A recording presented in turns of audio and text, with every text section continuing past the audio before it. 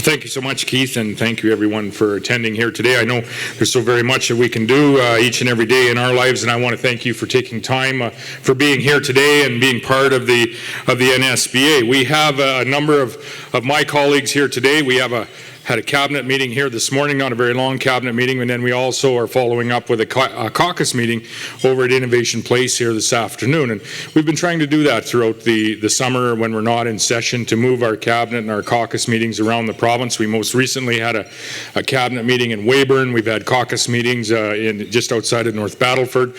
We will be having a caucus meeting in Prince Albert later this summer, and are moving those meetings around the province to see the great province that we represent, but also the industries that really drive the economic wealth for us in our communities across Saskatchewan. I want to acknowledge our MPs with us here today. Welcome, and welcome home back to the province after a very long session. And I might talk a little bit about the session and the effort that you have been providing as well in Ottawa on behalf of the industries and the people in this province. And we thank you very much, both of you, for that. I also want to thank Keith and the NSBA Board of Directors for the invitation to speak here today. I want to thank you for what you do each and every day in advocating for a business environment here in Saskatoon, but more broadly across the province and across the nation. And I want to thank you for all of that effort here today. So thank you very much, Keith. You in this room are very well represented by Keith Moen as your Executive Director. And I don't know about you, but it was just raining when we came in again. It was raining off and on over the course of the last few days, and that's a beautiful thing in a province that is economy. A big part of our economy is based in agriculture, and we most certainly needed a broad-based rain. So we needed some broad-based moisture across this province, and I would say that it came just at the right time. And as I said, it has occurred right across this province. On Thursday, I started out driving in Regina. I talked to someone in Weyburn. It was raining there. It was raining out in the Assiniboia area, and I drove up through Saskatoon. It rained off and on all of the way. I started tweeting as I went along because I was having fun with it. My office actually said, nobody's actually paying attention to your tweets. I said, it's making me feel better, and that's important today. We made it all the way up to Paradise Hill, and again, it rained off and on an inch and a half the entire way is what we were hearing from folks. And then I started to get some texts from home. I did make it home later that night, about midnight or 12:30 in the morning, and it hadn't rained at home yet. And so the texts that I was getting from the constituents that I represent weren't quite as warm and fuzzy as the tweets that I was sending out. But we most certainly did receive rain since then, and it's put, I think, in fairness, everyone in the province in a little bit of an upbeat mood. We saw rain in swift currents as well that desperately needed it. Although we're not out of the woods for certain yet from an agricultural perspective, it most certainly is a blessing, and now it was just in time, and our crops most certainly have a fighting chance to have a good yield here this year and a good quality product. This, as odd as it seems, this rainfall is a huge psychological boost for our communities across the province. It just seems to pick up spirits, and I saw that at the crop production show in Regina before I left, and it really just seems to pick everybody's spirit up. It gets a little bit of a spring in their step. I know it most certainly has in mine and in most of the communities that I've visited over the weekend, and there was a few. But today, I've even been informed that there's reports that the Eeyore of Saskatchewan, even the NDP, are happy with this rainfall. And that's quite saying something, because we've been trying for months to cheer them up to no avail. But just one little rainfall was able to do that. I know another person in this province that most certainly is pleased with the rainfall, and that is our Minister of Finance, Donna Harpower. She wasn't able to make it here today, but if she was inclined to do cartwheels, she most certainly would be doing them right now. And by the way, she's not inclined to do cartwheels. No finance minister ever is. But the weather in this province can have such a large impact on our provincial budget. And today, I can say this. We are in a much better place than we were just even a week ago with the rain that we saw fall here. I had one individual tell me that it's $1 million a raindrop. I don't think it's quite that, but it sure feels like it. So we're very, very fortunate and blessed in this province for the weather that we've had all spring, but in particular the last few days. Ladies and gentlemen, in the time that we have here today, and I won't be too long, we'll get you back to doing what you do to drive this economy in Saskatchewan, but in the time that we have, I'd like to consider some of the challenges, yes, that we face in our industries in Saskatchewan from an economic perspective, but also some of the challenges that we are facing from a public policy perspective.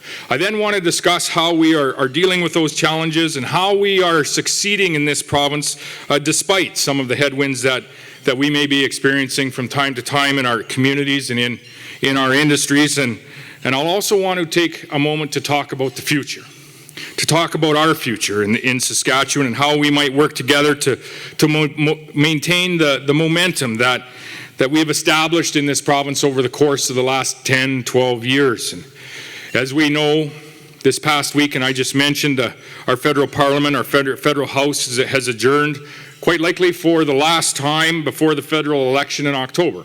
I hope they're actually recalled for a short period of time to approve the USMCA, but it quite likely may be the last time that our federal house is sat going into this fall's election. As a parting gift, we saw the Senate and the House vote to pass Bill C-69, the No More Pipelines bill as it's been dubbed. We saw the Senate and the House, I believe the House passed Bill C-48 as well, am I correct?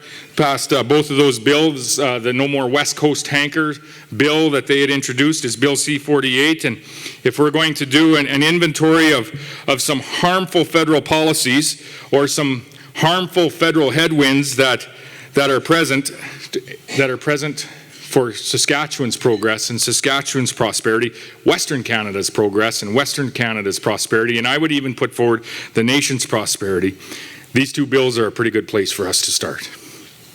Bill C-69, which you may have heard of, was passed after the Senate actually rejected amendments that were proposed and put forward by the people that are actually doing the work in the industry, the energy sector partners themselves. They were dismissed by our federal environment minister, by Catherine McKenna. They were dismissed, as I quote, as oil industry lobbyists.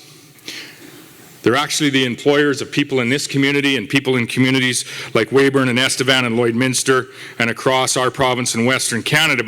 But to be classified as oil industry lobbyists, it's quite curious that comment would come from a minister that serves in a government that actually now owns a pipeline in this nation.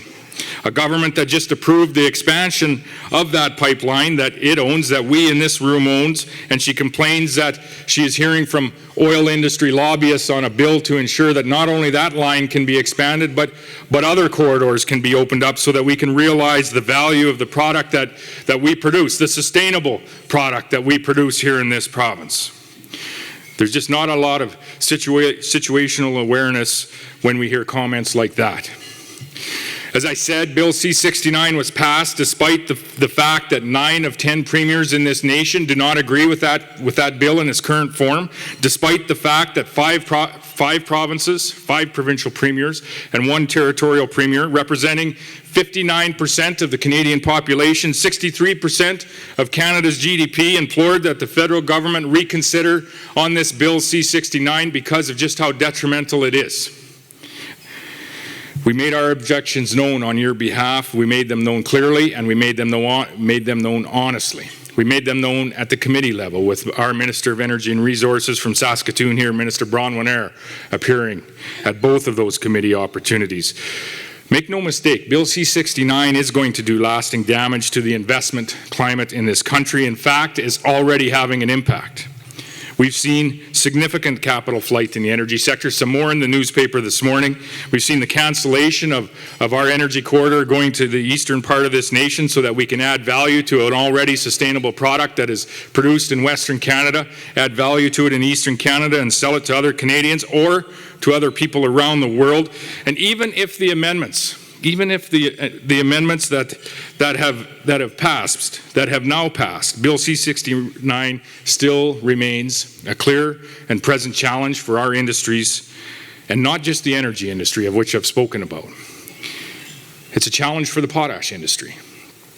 The $20 billion in expansion that we've enjoyed over the course of the past decade may not have been possible under Bill C-69. It's a challenge for our uranium industry, which does not have an exemption under Bill C-69. It's a challenge for the mining industry in general here in our province and in our nation, the Ring of Fire in Ontario. It's a challenge for other industries such as our food processing industry, potentially even for our agricultural drainage projects that we have worked hard on that regulation and legislation. Our agricultural drainage projects in this province will be challenged by this particular piece of legislation. And in addition to that, we have the Bill C-48, the No More West Coast tanker bill, which effectively killed the Northern Gateway pipeline like that. It barely passed the Senate. I believe the vote was 49-46, if I remember correctly. And the federal government is now, our nation is now in a position where we are saying yes to oil tankers that are coming in on the East Coast. They're taking oil into ports in Quebec and into ports in New Brunswick, but we're saying no to oil tankers leaving the northern coast of British Columbia, taking sustainable Western Canadian energy to customers around the world. This is the nation that we find ourselves in today. The Edmonton Journal has a columnist named David Staples. He rightly calls Bill C-48 a betrayal of Alberta. Well, I would put forward it is also a betrayal of Saskatchewan and a betrayal of the western part of our nation. Staples said this, and I quote, "It's discriminatory, it's anti-science, and it's against the interests of many First Nations. There is no way in a million years that our federal government would have voted for a bill that limits the Quebec economy as much as Bill C-48 limits the Alberta economy." I'd said this week this is a dark chapter in our Canadian history. This is a dark chapter when the federal government is moving ahead with Bill C-69 and Bill C-48. But that's just the beginning. As we continue our inventory, we still have a destructive and ineffective carbon tax, and I'm not going to go on about that too long here today, because if I was paid for every word that I have said over the course of the last couple of years, and likely will say over the course of the next couple of months, if I was paid for each and every one of those words, I would have almost as much money as Don Morgan has. It would be that close. But suffice to say this. The federal carbon tax is not going to reduce greenhouse gas emissions, as it has not worked in other areas of the world. It is not going to work here in any meaningful way. The federal government's own documents say so. That's been confirmed by the Parliamentary Budget Officer. And we will not meet our Paris Accord targets under this federal carbon tax plan. But what it will do is it will make life more expensive for you in this room, for your business and your family. It'll impose a financial burden on our businesses in communities right across Saskatchewan, and it'll put our industries at a competitive disadvantage. That's what broad-based carbon taxes do. We have now, in this room, each of us is the proud owners of the TMX pipeline. Last week, the federal government approved the expansion of TMX for the second time, and I commend them for doing that, and I said as much. And we are cautiously optimistic that this project is going to go ahead, and it's going to go ahead quickly, with construction hopefully beginning as early as this summer. It needs to begin as early as this summer, and if it does, maybe we will actually be able to take some of our energy production, some of our oil production in Western Canada off the rails, and we need the rails for our potash and for our grain shipments as we continue to expand those products. Maybe we'll be able to actually start to narrow the differential that we saw here over the course of the last couple of years and begin to get what is closer to a fair value for our energy products here in Saskatchewan. But it shouldn't have come to this. It most certainly shouldn't have. Our Canadian ownership of TMX is a sign of dysfunction, if you will, in our regulatory environment. It's an indicator that something is wrong here.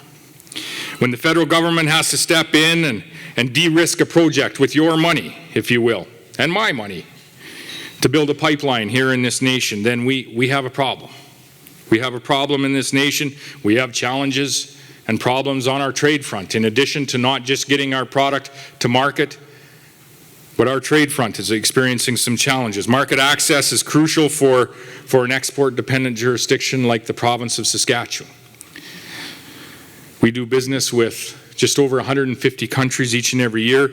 1 in 5 jobs in this province is directly dependent on our exports.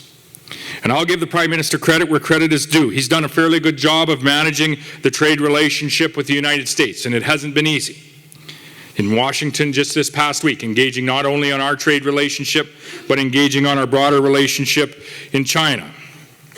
And we're pleased to see the U.S. drop the tariffs on Canadian steel and Canadian aluminum, which is very important to this province, being an exporting province of manufactured goods and steel.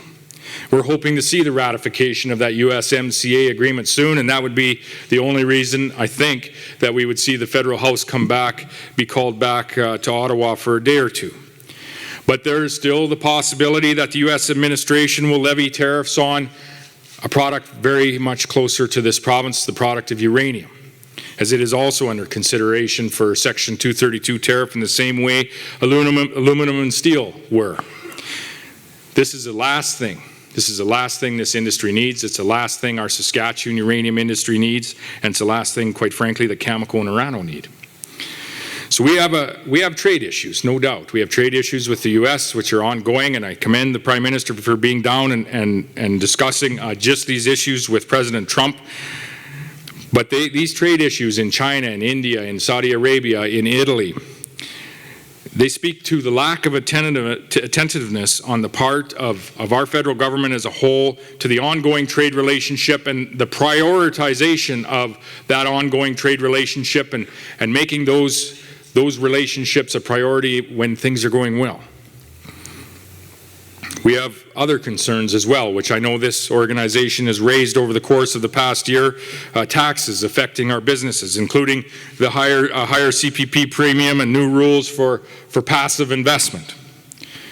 Policies like the mortgage stress test, which are impacting our housing industry. Alone, any of these policies, all on their own, would they be enough to damage our economy? Alone, would any of them be sufficient to discourage investment in Saskatchewan or to shut in oil production or to stymie agri-food innovation or to slow our manufacturing growth that we see driving this city in many ways? Alone, any of these policies, are any of these policies detrimental to Western Canadian industries, jobs, and the opportunities that we are attempting to leave for that next generation, for our children? It's true that each of these policies in their own way has some degree of damage. Each would produce some degree of harmful consequences. But what matters, and what matters for us as a government and as industries and as a province, is the cumulative effect when you bring all of these policies together and what they do to our Saskatchewan economy. The federal government likes to talk about the cumulative effects of industrial activity and that effect on the environment. Well, the concept has relevance for our economy as well. For the Saskatchewan economy, the cumulative effect, the consequences of all of these policies brought together, is quite dire, actually. Now, quite apart from the uncertainty that these policies will cause, there's a certain degree of unfairness in some of them as well. There's something unjust about policies that threaten a province that is one of the most responsible, a province that is one of the most sustainable, and one of the most generous, and one of the most innovative jurisdictions in the world. A force for good around the globe, a jurisdiction that has made an outsized contribution to the betterment of the human race. That is our province. That is our province of Saskatchewan. This is who we are, and this is who we have always been. Today, Saskatchewan feeds the world like we always have. We are a leading supplier of agri-food products, of wheat and barley and oats and lentils and peas and chickpeas, and all of these products grown sustainably in our fields in this province. Our croplands in Saskatchewan are carbon neutral thanks to zero-till technology that is pioneered and continues to be innovated right here at home. We are a leader in food processing in this province. In fact, the world's largest canola crush plant is located just down the road from where we're sitting right now in the community of Clavet, owned by Cargill. When James and Susie Cameron decided to get into food processing, they chose this province. They chose Vanscoy, Saskatchewan to make their investment.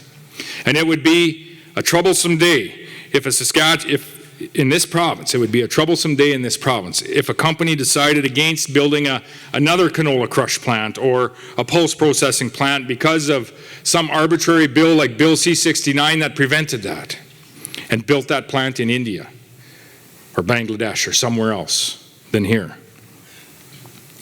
This province is the world's largest supplier of potash. More than 13 million tons produced just this past year, 5,000 jobs directly dependent on the industry in communities that I represent and we live in. Our capacity to help the world grow food is greatly enhanced by the almost $20 billion in expansion invested in the potash industry over the course of the last decade. Each and every existing mine in the province has expanded their production capacity, each and every one. Meanwhile, the first new mine in more than 50 years is now operating near Bethune, thanks to K+S. And on their horizon, there's the possibility of BHP building the world's largest potash mine at Jansen, Saskatchewan. Further investment. And the potash industry, by the way, in this province is the cleanest in the world from an emissions perspective. In fact, our potash industry in this province, from an emissions intensity perspective, is 29% below the global average. We need to talk about this. Saskatchewan potash also further reduces emissions by boosting our crop yields in this province and outside of the borders of this province, boosting crop yields, thereby limiting the need for deforestation around the world. In this province, in our province, we also have a world-class energy industry, producing nearly half a million, we didn't grow that quick, 500,000 barrels of oil a day, supporting directly, again, more than 30,000 families in communities across Saskatchewan, exporting more oil to the United States than Kuwait or Nigeria. We have a great story to tell in our sustainable energy, our sustainable oil, an industry whose biggest player, Crescent Point, in our province, the biggest player is Crescent Point, who operates now emissions-free solar-powered well sites. This isn't happening everywhere around the world. An industry that is using water flood technology that reduces methane emissions in production by up to 20 to 30%. Moving towards our methane action plan of a reduction of methane emissions by 45% by the year 2025. This isn't happening all around the world. This province is a leader in enhanced oil recovery, with projects that have stored more than 40 million tons of carbon dioxide in southeastern Saskatchewan. That's the equivalent of taking 8 million cars off the road. That's more than we've fixed. That's more than we've captured at Boundary Dam 3. We're purchasing it from the U.S. and putting it down in the enhanced oil recovery process. We've captured 2.5 million tons. We've actually sequestered over 40 million tons in this province. A sustainable, efficient, productive industry whose future is uncertain because of a lack of pipeline capacity, policies like Bill C-69, due to policies like Bill C-69, C-48, and most certainly uncertainty due to policy initiatives like a federal carbon tax. Finally, in this city and across this province, we have a manufacturing industry, most certainly in this city, that is among the most innovative in the world.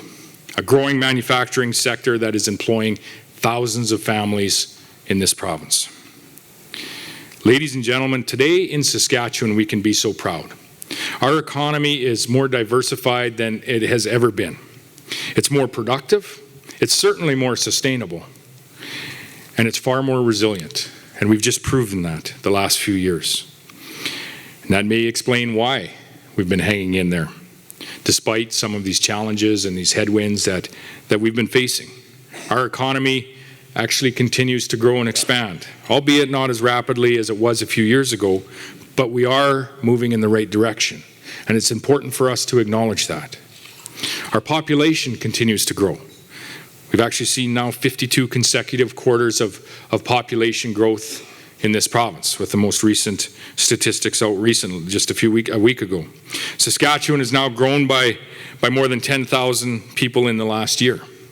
There are more than 1,170,000 people that are calling this great province home. Since 2007, all told, there are more jobs, there are more people, there are more families living in our communities, and that means there are more opportunities for the government to invest in those families, in those communities, because of our growth. We can invest in projects like the Jim Pattison Children's Hospital right here in Saskatoon. We can invest in new bridges in this city, new overpasses at Warman and Martinsville. 11 new schools in this city, more needed and more to come. And that gets Gord excited when we say that. Ladies and gentlemen, I think most certainly we need this momentum to continue into the future. And the question we need to ask ourselves, and the question that we ask ourselves as your representatives is how? How do we achieve this? How do we achieve this in times where we are facing some uncertainty, if you will? About 7 years ago, the former Premier Brad Wall traveled to Saskatoon right here to outline the Saskatchewan Plan for Growth. If you remember, is 2012. The basic principle guiding the activities of what we have done since then, guiding the activities of the Saskatchewan government. And you might remember that plan for growth, or the growth plan, included some fairly aggressive targets of the day. We felt we needed to set those very ambitious goals so that we could focus our efforts between then and now. And we hit a number of those targets, and we're despite facing at times some headwinds. But today, just like in 2012, just like in 2007, growth remains the primary focus of your provincial government. In fact, it continues to be our central preoccupation. And as Premier Wall had often said, it's not growth for the sake of growth, but growth to ensure that we can invest in a quality of life for all of our Saskatchewan citizens, a quality of life that, quite frankly, over the course of the past decade, we've come to expect in our communities and in our province. And very shortly, we will be updating that vision that was outlined in 2012, that was outlined in our Saskatchewan Plan for Growth, and we'll be coming forward with a new vision that will guide our province for the next decade, for the decade that's yet to come. We'll be looking forward to receiving your feedback, your suggestions, and your guidance.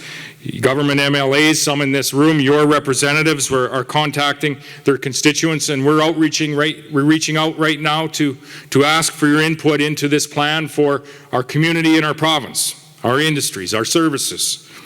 And we're open to discussing any ideas that you might have, because as it turns out, we don't have the monopoly on good ideas. Sometimes we even come up with not a very good one from time to time.